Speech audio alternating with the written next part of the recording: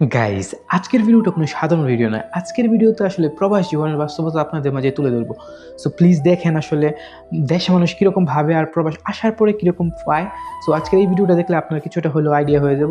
So please সাথেই থাকেন। এটাই সেই বাস্তবতার তারেক।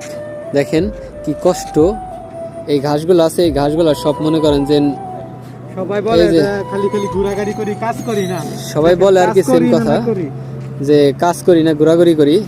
আর এই মাঠটাই হইতেছে বিছাইতে হইব বাস।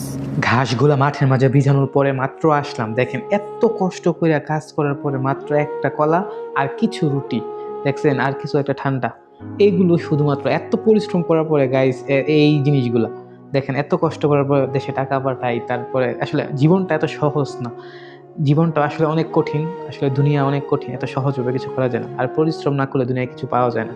দেখেন এইখান থেকে ওই মাথা পর্যন্ত আমরা ঘাস বিছাইছি, মানে স্টেডিয়ামের মাঝে আর কি, অলমোস্ট শেষ বিছানো।